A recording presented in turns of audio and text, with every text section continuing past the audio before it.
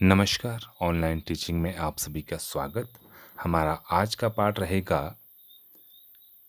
पाठ 12 दोहे, जिसमें कबीर, रहीम और विंद जी के दोहे लेंगे। पहला दोहा। कागा को धन हरे, कोयल को दे। कागा को धन हरे, कोयल को दे।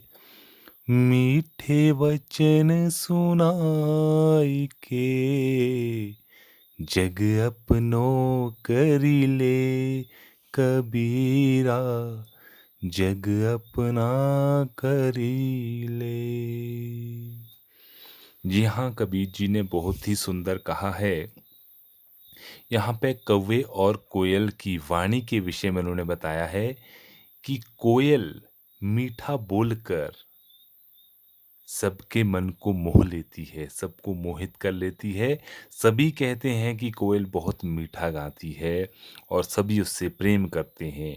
हालांकि इसके बदले में कोयल ने कभी किसी को कोई धनराशि या कोई वस्तु भेंट नहीं की, फिर भी लोग उसकी तारीफ करते हैं। दूसरी तरफ कौवे की बात हम करें तो किसी को कौवे ने किसी की चोरी नहीं की, किसी का धन नहीं चुराया, लेकिन इसके बावजूद भी जब वह कां कां करता है और तो उसकी आवाज में जो कर्कश है, उसके कारण उसको लोग गालियां देते हैं, बुरा कहते हैं। यानी कि वाणी में मधुरता होनी चाहिए। वाणी में मधुरता से हम लोगों के चहेते बन जाते हैं, सब हमारी प्रशंसा करते हैं। अतः हमें शालीनता, शिष्टाचार का प्रयोग करते हुए अपने वाणी में एक शालीनता लानी चाहिए, मधुरता लानी चाहिए। दूसरा दोहा। साधु ऐसा चाहिए, जैसा सूप सुभा। साधु ऐसा चाहिए, जैसा सूप सुभाए। सार सार को गही रहे, थोता दे उड़ाए। कबीरा, थोथा दे उड़ाए। अर्थात साधु से यहाँ पे सत्पुरुष या सज्जन लोगों से यहाँ पे इसका अर्थ लिया गया है कि सत्पुरुष के जो गुण होते हैं एक सूप के समान होते हैं। जिस प्रकार एक सूप केवल अनाज के अच्छे दानों को अपने अंदर समा लेता है, और जो उसके अंदर मोटे या कोई बेकार दाने होते हैं, थोथे दाने होते हैं, उन सभी को वो पृथक कर देता है। ठीक उसी प्रकार जो सत्पुरुष होते हैं, सज्जन लोग होते हैं, वे भी अच्छी बातों को ग्रहण कर लेते हैं और अनावश्यक जो बुरी बातें होती है उन्हें छोड़ देते हैं। तो हमें भी अपने जीवन में अच्छी बातों को ग्रहण करना चाहिए और अनावश्यक जो बातें होती है उन पर ध्यान नहीं देना चाहिए। चलिए, रहीम जी के दोहे। चाह गई चिंता मिटी, मनुआ बेपरवाह।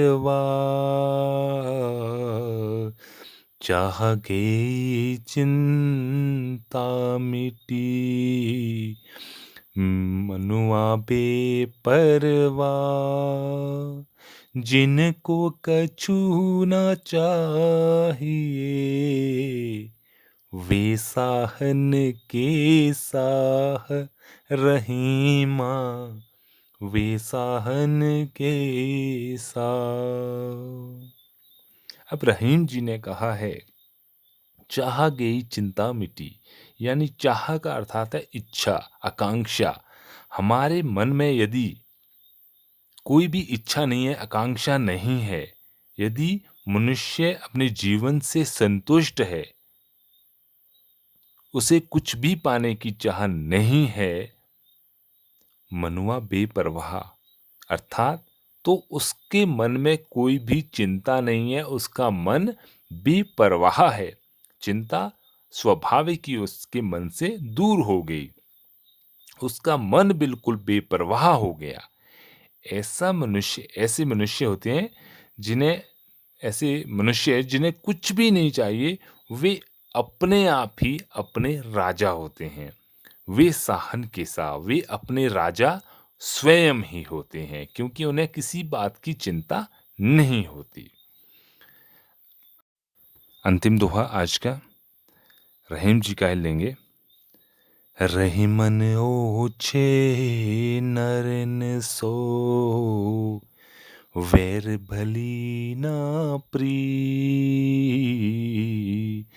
रहीमन ओछे नरन सो, वैर भली ना प्री। काटे चाटे स्वान के, दो भांति विपरीत।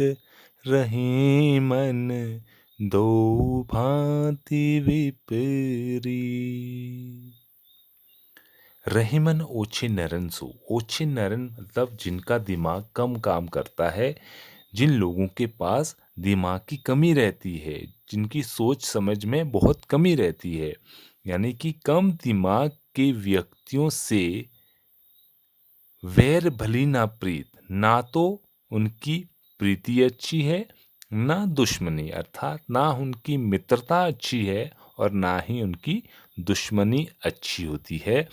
दोनों ही मित्रता और दुश्मनी में हमें हानि ही हानि प्राप्त होती है। ठीक वैसे जैसे काटे चाटे स्वान के दो भांति विपरीत। जैसे कुत्ते के काटने पर या कुत्ते के चाटने पर, दोनों स्थिति में उसे विपरीत ही माना जाता है, उसे बुरा ही माना जाता है। वो दोनों स्थिति में दुखदाई ही होता है। उसी प्रकार जो कम दिमाग के व्यक्ति होती है, उनकी प्रीति और उनकी दुश्मनी भी वैसी ही होती है। तो ये थे हमारे आज के दोहे, और अगली वीडियो में हम कुछ नया करेंगे और दोहे करेंगे। मिलते हैं अगले वीडियो में। आज के लिए इतना ही। धन्यवाद।